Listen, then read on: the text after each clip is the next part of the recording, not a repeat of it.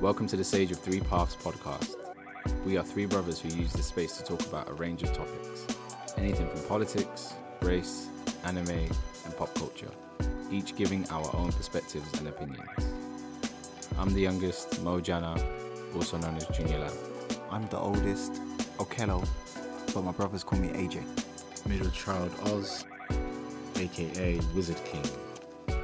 We three brothers. One sec. We once again thank you for tuning in and joining us on this sometimes cathartic journey. Let's dive right in. Who did you stay with when you went the first time? So, do you know what? I travelled both times. Mm-hmm. So I did the drive. The first time I went, I couldn't drive in the States. I don't know what the reason for that was, but I didn't drive. But I did the travel from one place to another, which would have been something ridiculous, like 23 hours or whatever. But the second time I went, I knew that I wanted to recreate that journey with G, who at the time was going to. We were just dating. We got engaged in the States. So I did that journey to her, and the one thing I remember thinking when I did it the first time was, this is absolutely amazing. It's amazing you can just get in a car and drive for that long and not be at your destination. Yeah. Like, obviously, growing up in England, the UK, it's tiny. It's so tiny. So to experience something like that, it just kind of blew me away.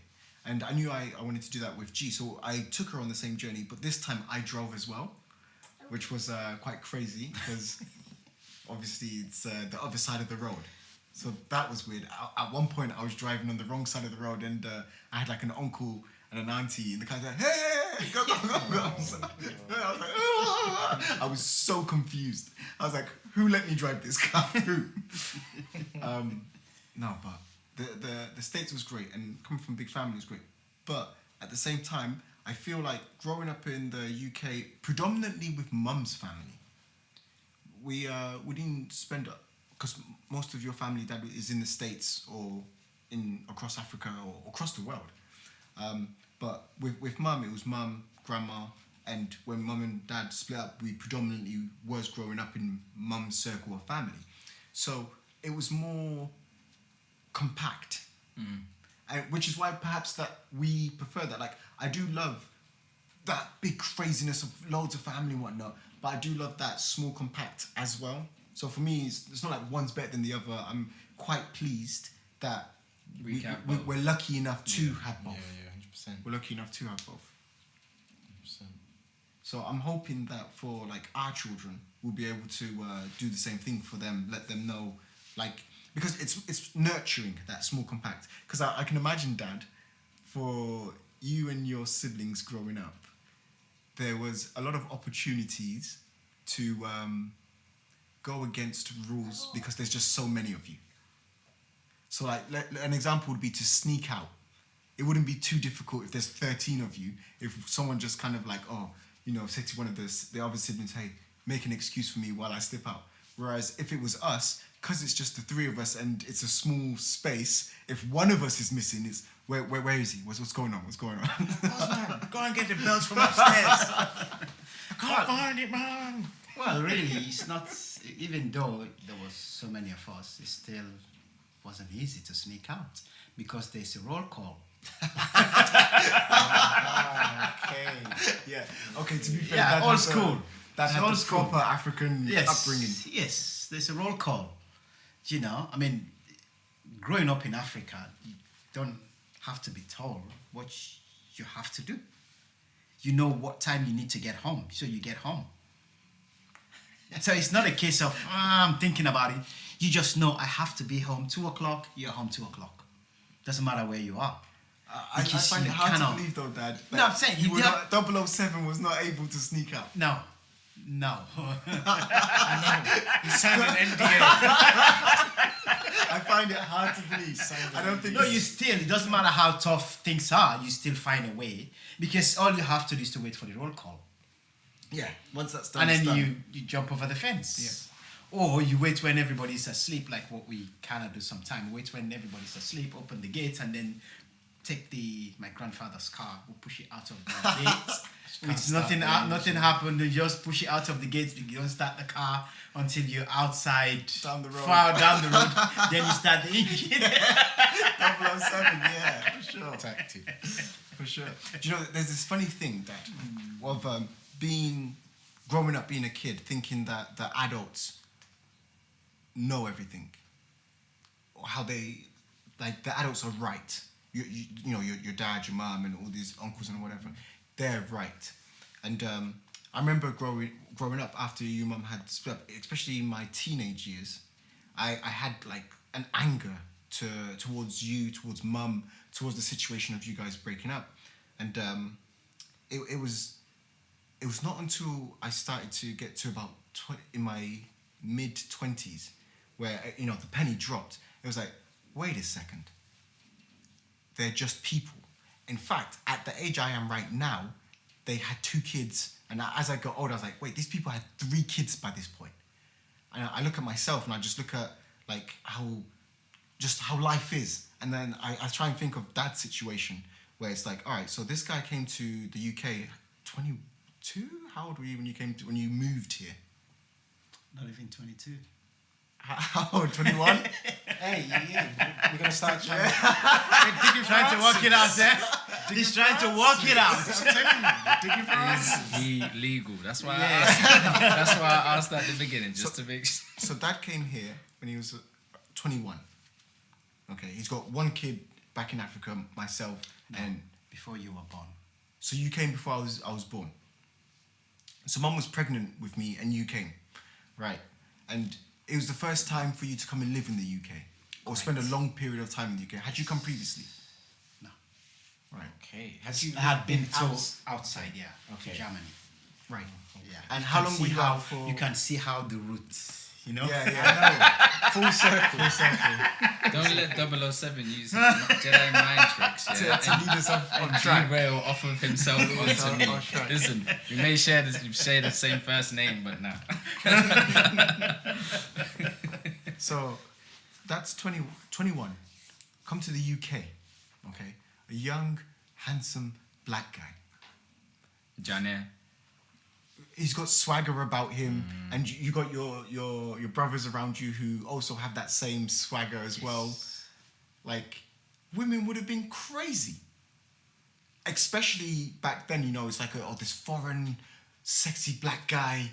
They would have been doing all sorts of things. And I you know, I'm 23, 24, and I've seen how I don't want this to be a case of, white women love black guys. No, but there's very much this thing of the black experience in European and, let's say, the Americas is we get sexualized. Definitely fetishized. We get fetishized. Perfect. We you're dating a black guy, he's got a big thing and all this type of stuff, right? And I remember growing up in this country, like, people would want to be my friend and girls would want to date me and they didn't even know me. And I was like, you guys know, I was a super nerd. I loved reading comic books. I loved playing video games. So this whole other stuff, which, you know, mixed with parents splitting up and anger inside and trying to fit into school, I ended up being like a bad boy type of figure in school. But it never really was who I was as an individual. It was just me playing the role that my peers wanted me to be. And we grew up in Northampton at a time where, for me, there wasn't a lot of black people. True. Yeah, true.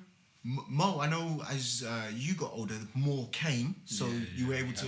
True. There was 3 black guys in my year. There was 3 of us. We were all friends. There was 4. Look at that. I forgot about one guy who I wasn't that close with. There was 4 of us in the entire year. So they had an idea of what a black person should be like. And as a kid, I just want to fit in. So I just played that role. But to come back to it, I completely understand for Dad to come here as a young man to be tempted with things he's never seen before in his life. How that can wow, the pressure of that. But, you know, Dad was still there for the majority of our younger years, moved us away from London so we could grow up in a safer environment. And it got to a point for me where it's like, you know, the penny dropped of, oh, this guy really tried hard. And even with the separation with Mum and everything that went through and all the anger I had felt towards you, towards Mum, towards the situation, it's like, Dad never stopped trying, actually. And as an adult, I can appreciate what Dad was doing, you know, because I have friends. In fact, the majority of all the friends I had in school didn't have dads at home. And if they did know, I'm trying to think of one of my friends that I went to school with that had a father at home. One. I can think of one. And, you know, it's me saying I was a popular kid, so I had quite a few friends, fake friends or whatever, but I had quite a few. One of them had. And it differed. And you could see the ones whose dads didn't do anything. And I have, you know, a really close friend of mine now, I won't say his name, but you guys know him. And I ask him now, like, how do you feel about your dad? And how do you feel about that whole situation? And the only thing he can say to me is, I don't know. I don't know this guy. I've met him in person about 2 to 3 times. Like, he's my dad, and like we'll talk on social media or like text or whatever, but I don't have that with him. And it just makes me think, man, no matter what was going on between Mum and Dad and us not being able to see Dad for whatever the reasons, and us, I can't speak for you guys, I'll speak for myself, and me sometimes being so angry at Dad that I wanted to turn Dad away, Dad never gave up. And for me, that really just made me, one, drop my whole like persona of and the anger and the baggage and all that. It just kind of dropped off, and I was able to then start building a relationship with Dad. And personally, you know, I absolutely love the relationship I have with Dad. I feel incredibly lucky that I'm able to have this. You know, I don't see Dad every day now, but we'll talk. He'll come visit. I'll visit, and you know, we're just teasing each other, sharing stories. Me finding out more of, you know, who Dad is, and Dad finding out more about who I am. And I remember I had a conversation with Mo. Mo, I hope you don't mind. I drop you in. So this happened to me, and I got older, and I became more happy in myself and whatnot. And I remember I was visiting Mo when Mo was studying in Leeds. And I was talking to, you know, have you called Dad, you know, making sure to see, because at this point I was starting to make the effort with Dad in the relationship. And Mo, I saw that same anger that I had. I saw it in Mo. Do you remember that conversation? Yeah. Vaguely, I remember vaguely what you was talking about. And I remember saying to you, so I speak to Mo about it, and he was pretty much saying the same things of how he felt, which was similar to how I felt at that time. I was around the same age you was at that time. So I remember saying to you, like, you know, like, Dad's is human, you know. Like, this guy's tried. I'm not saying Dad's perfect by any stretch of the imagination, but are you able to point out a perfect person to me? You can point out many people who are not even trying. So I remember having that conversation with you, and then years later, I could, you know, it's in the person's persona. It's in a way a person speaks. It's in a way a person walks. I was able to see that weight being lifted from yourself as well. Perhaps it wasn't the conversation I had with you. Perhaps it was your own journey. You know, you can confirm that. But I was able to see it. And when I did speak to you about it, it was like, no, you know, I understand. Like, I'm older than Dad, and Dad had 2 kids at the time. I was like, yeah, crazy, right? Yeah, I think understanding was the biggest thing for me. Obviously, when Mum and Dad had separated, I was very, very young. I didn't really understand it, to be honest. And at the time, because I didn't understand it, I felt, and Dad was trying and he was making the effort, it felt like to me like it was normal. So, you know, I would be happy to go and do stuff with Dad. I would always be keen to go and do stuff. I was always keen. I was very, very keen to do that, and it was like, it felt like it was normal and it was what I wanted to do. But I think as I was going through that, because again, and I don't know if Oz was in the same space as you, but because it felt like I was doing that by myself, and it felt like I was the one that had to kind of push for that. It got to a point where it was like, okay, let me not be, you know, I'm the only person that's doing it. You know, my other brothers aren't really that involved. They have their own reason. I don't really understand why they have the reason or the feeling not to go. Maybe I should just stop trying. And then from that, I guess it was the lack of understanding, because it goes back to the point you said, you know, our parents or you know, the people that we may see as, you know, that they look after us in our life or they bring us up, we see them as, you know, these figures that should be perfect. Yeah, they have the answers. And they have all the answers. Yeah. And I was like, but yeah, I feel like he doesn't have the answers. Why doesn't he have the answers? He's supposed to have the answers. He's my dad. He's supposed to do this because he's my dad. Yeah. But then it was like, actually, no, he's a human, right? Maybe a lot, and I think this was when the penny dropped for me, that it was, there's certain things that I know I've experienced that I know, you know, you may not have experienced, dad may not have experienced, but I can understand that because I've experienced it, right? There's certain things, especially, and this is my opinion or my view of it, there's certain things when it comes to being a father that I guess, you know, it's labeled or we have the idea or conception that this is what a father should be, you know. I would be playing basketball and, you know, people will have their parents there and I'll be the only kid there without anyone coming to watch. Yes. And for me, it was like, okay, so this is what a father figure should be, you know, these types of things. And because of that, I think that's where the anger came from within me. But then I was able to understand, if you don't experience certain things, you're not going to be able to know what those things are or the outcomes of those things or the effects of those things.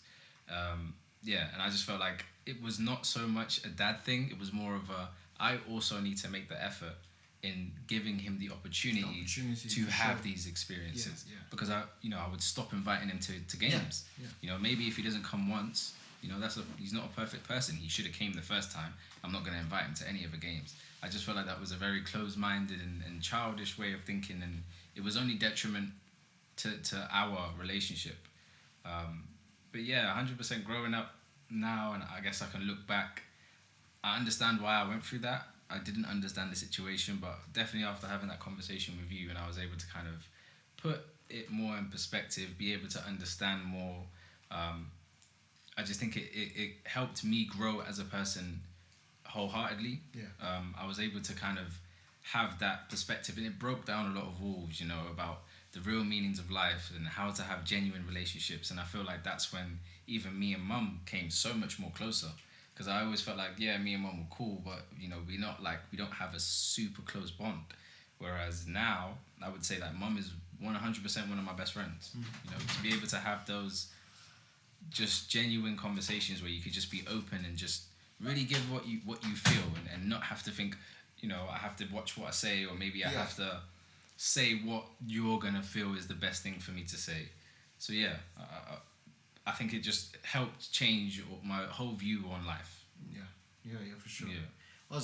I'm really interested because obviously we're still learning who you are because we've had that hiatus between us.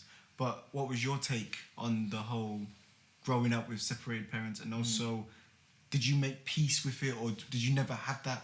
What's yours? For me, it took me forever. It's similar to what you guys are saying. It took me ages and ages and ages to really understand that they are human. Both of our parents. Yeah.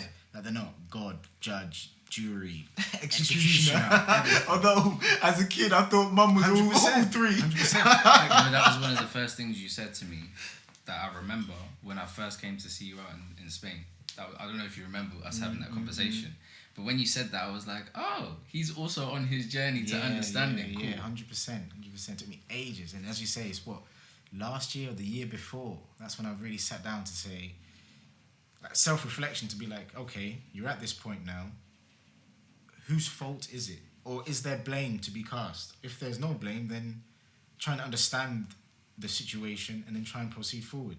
But to go back to how did I take our parents splitting up? Do you know what? I'll put my hands up. Mommy's boy. Mommy's boy. Mommy's boy. Like, I didn't close my heart off to dad. I didn't.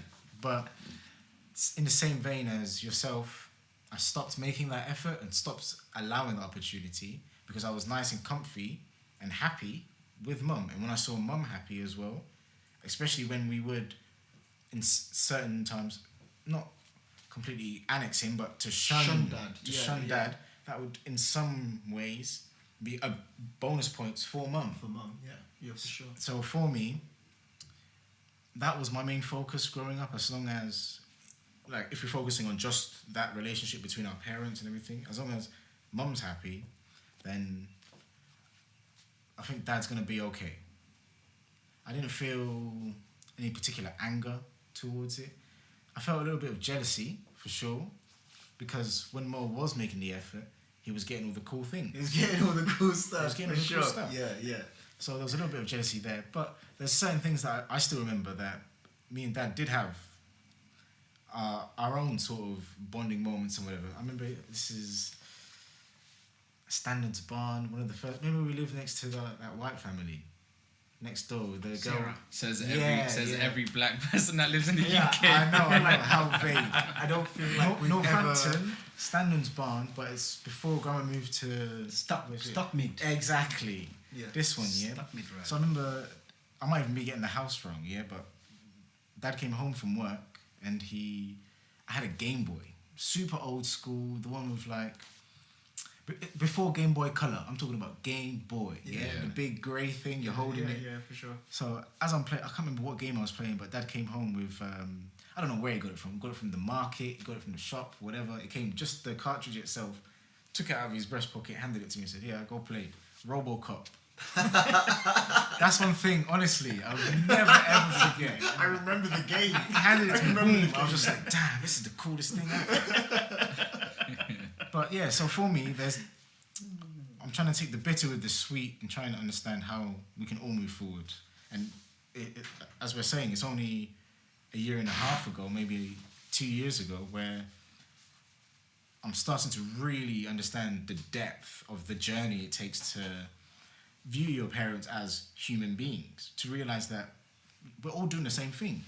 Really, we're just fumbling forward, trying to figure out what's the step not to take. Yeah.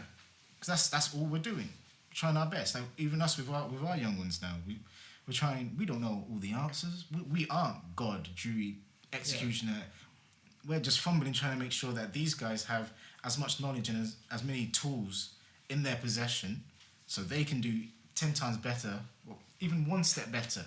That's a plus for me. We can wish for 1,000 steps, even if they make it one step better. Yeah. For me, that's super good. Super, super good. But yeah, anyway, Mummy's boy. I was there for Mum, backing Mum. Obviously, for any ladies listening, not there now. I'm a man in my own right. Welcome to the Sage of Three Paths podcast. We are three brothers who use this space to talk about a range of topics. Anything from politics, race, anime, and pop culture. Each giving our own perspectives and opinions.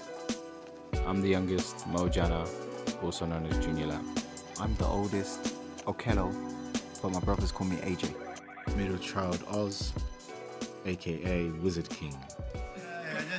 I just remember when Mo is saying about, obviously, yeah, at that time, Mo was the man. He's always called. Yeah, what are you doing? I'm coming this weekend. I'm coming this. I remember we had a fallout, me and Mo.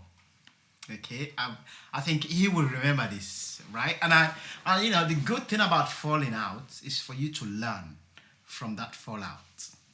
Okay, he had come down for the weekend. I think you remember. You're gonna remember when we had a big fallout. I knew we had a fallout. When I tell this story, I always say, Mo say, okay, I'm going to teach him a lesson. That's how I'll tell the story. I'm that kind of guy. Yeah, he says, I'm going to teach him a lesson. I'm like, okay. Because, okay, he's the man. Come, I remember he's been with me for the weekend, Saturday. He went to see his friend. He says, oh, Dad, can I? I said, yeah. So around 6, 7, he phoned me, said, oh, Dad, can you pick me up? He was somewhere in Western Favour. Okay, and I said, okay, I'll come and pick you up. So I drove to Western Favour. He's not there. And I calling him, he said, oh, I'm by the college. Right? How did you, from one yes, place to so another? he went by the college. And I'm driving around. Sorry, just to say, the college is about, let's say, The Northampton a College. 10-15 minute drive away from Western Favour. Just for the listeners to know the gap.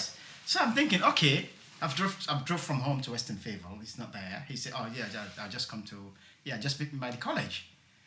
So I drove to the college. It's not there. By this time, my blood pressure started going up. Okay. Then he wasn't there, and then I'm calling him. He's not answering. Eventually, I answered the phone. He said he's down by the pub. What's the name of the pub again? Lumbertops Pubs. That's the one. Which is another further 10-15 minute journey from the second place. Shorter than that. Shorter than that. So he says down Lumbertops Pubs. So I drove down there. I still can't find Osman. Mo, sorry. I still can't find him. So I'm sitting in the car. I'm looking. Then I saw him walking towards me. He walks nicely, slowly. By this time, obviously, I was on red. Because he's giving me the runaround. Okay. I was on red. So he came in the car, "You're Dad." And I didn't even say you're right. I just bust. I said, "Right, I'm gonna have a word with that girl." I said, "I'm gonna have a word. She's distracting you. You're supposed to be focusing on education." And I'm going to rah, rah, rah. Obviously, I wasn't gonna do it. I was on red, and I want him to know that, you gave me the runaround. You can't do that. So he didn't say nothing. I didn't say nothing. I just drove. I didn't get out of the car, but he knew I was not happy. Okay? Maybe I overreact. That's how I look at it now. So obviously we came home, we drove home, and and after the weekend he went. And I think for the next nearly 2 months, he didn't visit me. Okay. So me and him will talk the weekend. So, no, sorry, Dad, I'm busy. So he started becoming too busy for me. But then, at one time, the penny just, hold on a second, what's going on? So luckily, I pick it, I say, I see. I say, maybe I need to be nice to this girl. I say, if I want my son back, I need to be nice to this guy. And I say, there's no way I'm going to threaten again. So the next time I actually saw Mo was at Grandma's, and this girl was there. Like, "Hello, how are you?"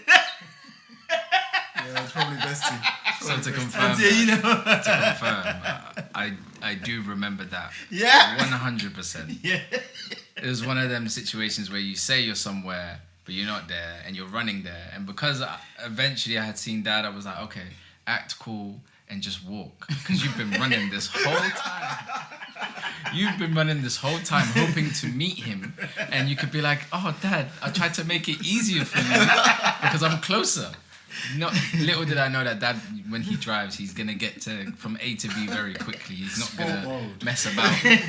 He knows all the back roads. He knows this way. I'm expecting him to just go the long way. There's traffic. I've got enough time to finish off my 007 business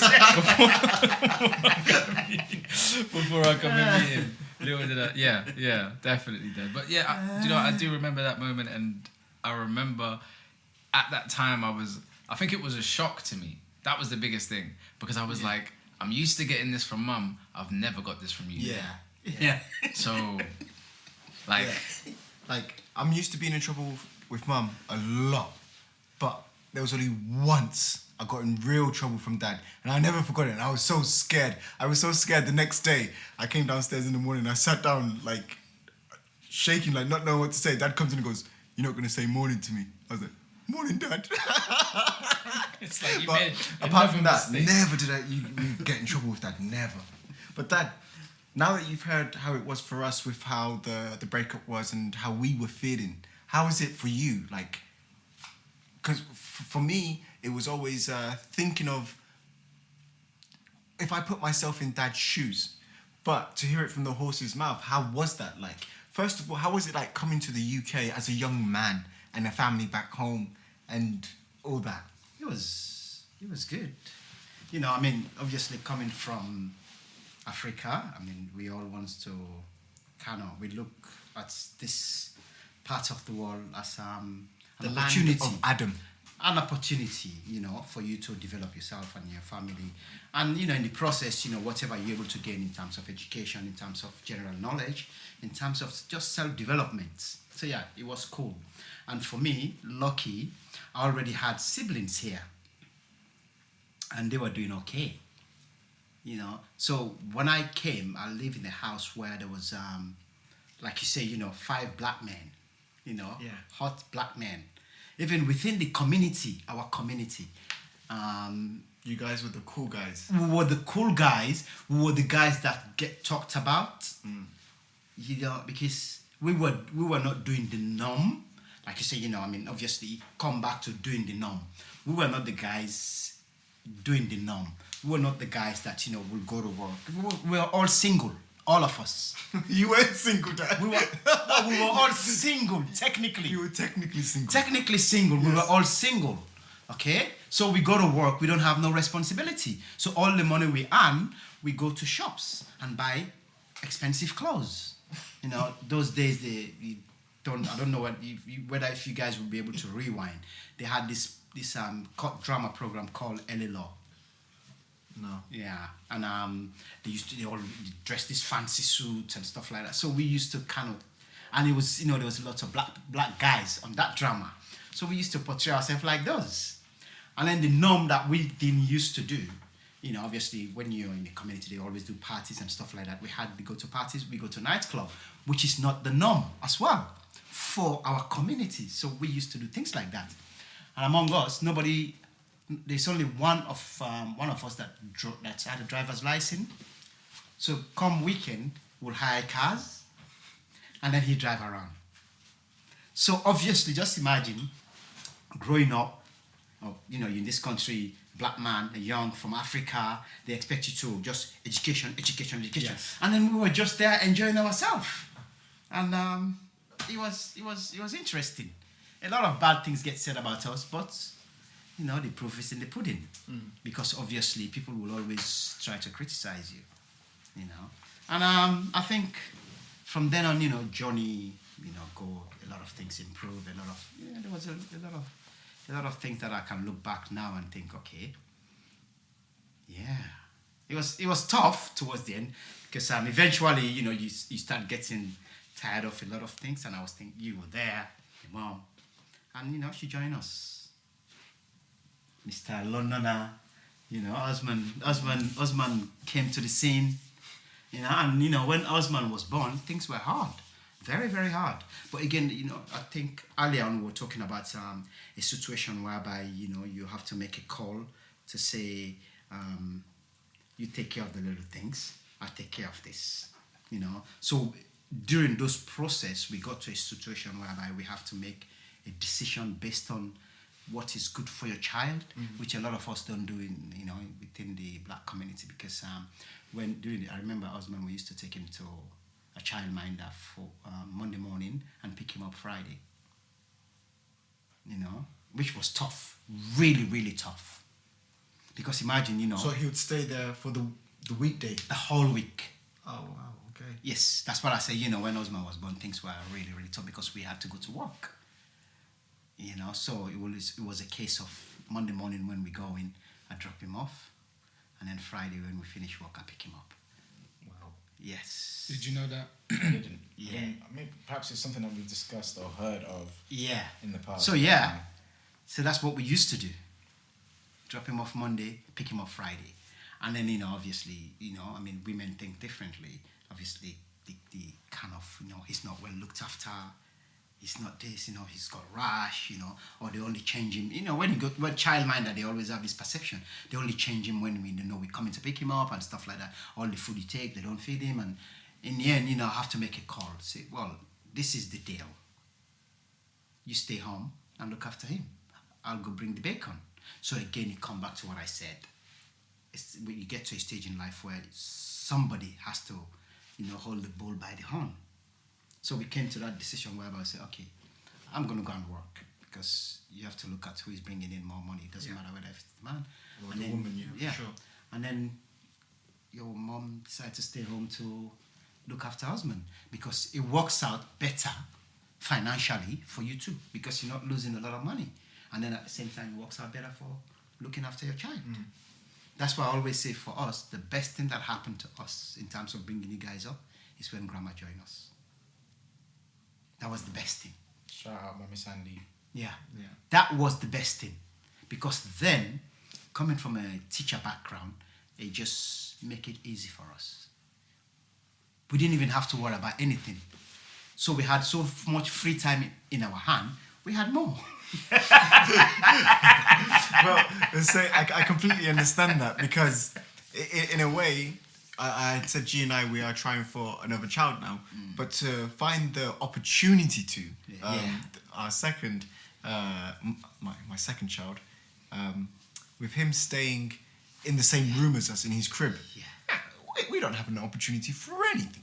It never happens. So it's like, Hanzo, you don't want a sibling, or I'm trying to bang this out, because, and get it out the way, and I don't need to worry about any more children. But yeah, that's tough. So again, if I come back to the separation,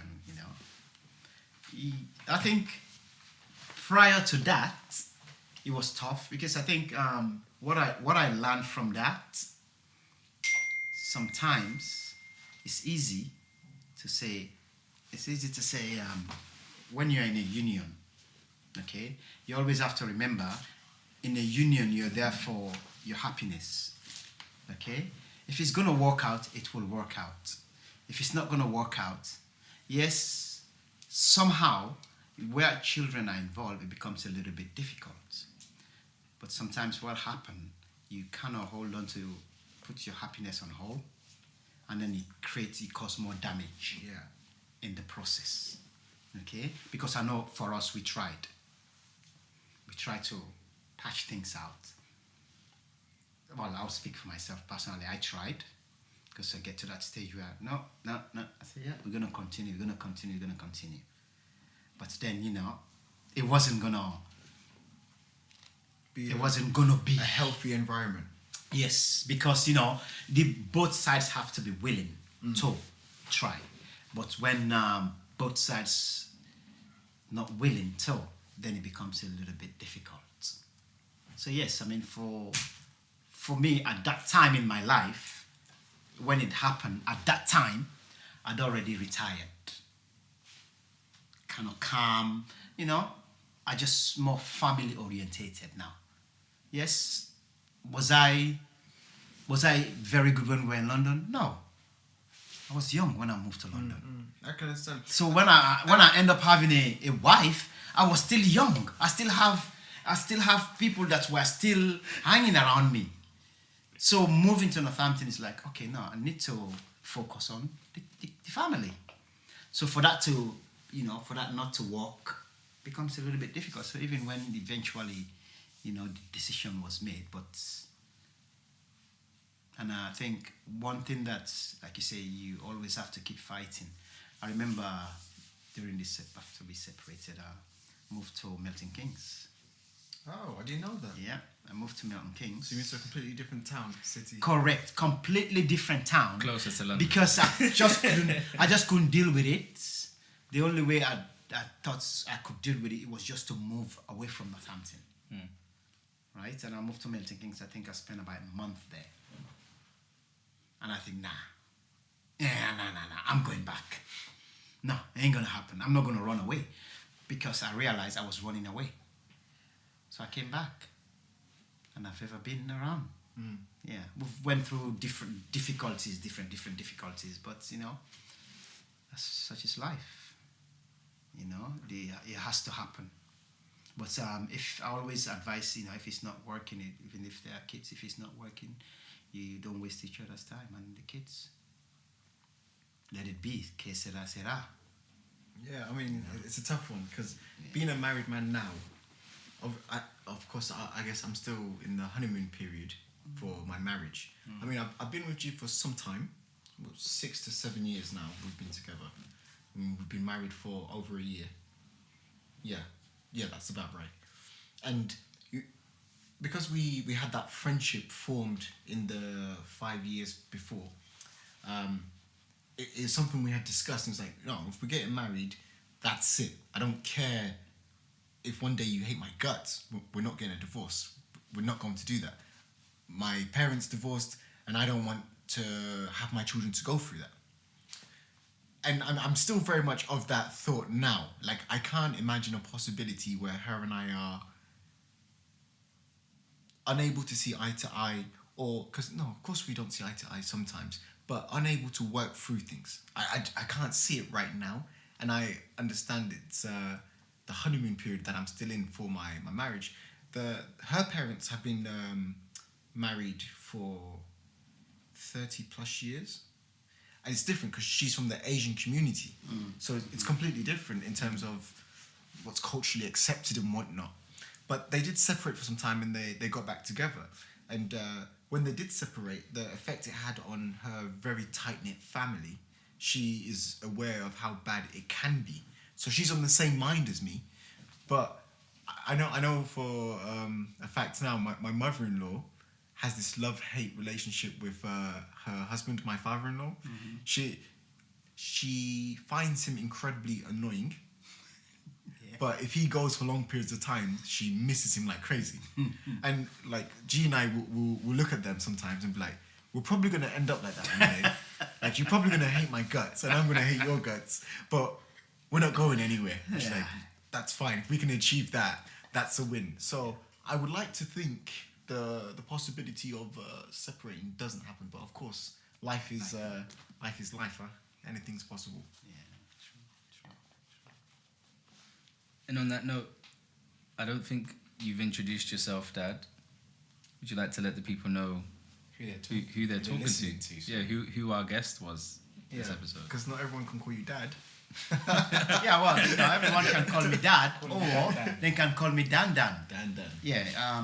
Well, for the listeners there, one of the Janas, Mr. Mohammed Konkola Jane, and father to Ozzy, AJ, and Mo, and I'm privileged to actually be invited to come into this podcast.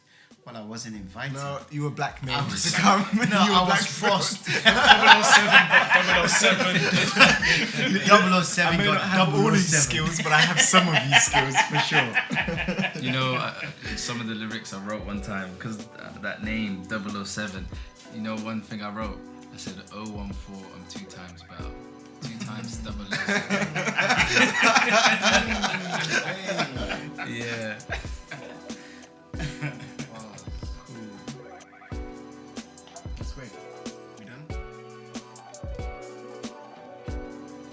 Hey, Okello here. This section is a space where we'll be sharing short stories, creative experiences, and art. This week, I'll be telling you about the tale of Sengbe Per the Gallant. The tale of Sengbe Per the Gallant, Part 4. After 2 months at sea, the Amistad was seized by the US brig Washington off the coast of Long Island, New York. Sengbe Pierre and the surviving African captives were arrested and charged with murder and piracy. With calmness and stillness, it comes to an end. We hope you found some gems and go away richer in soul and spirit. We're showing you the 3 paths of the sage. Your path is your own. Which path do you follow? Until next time.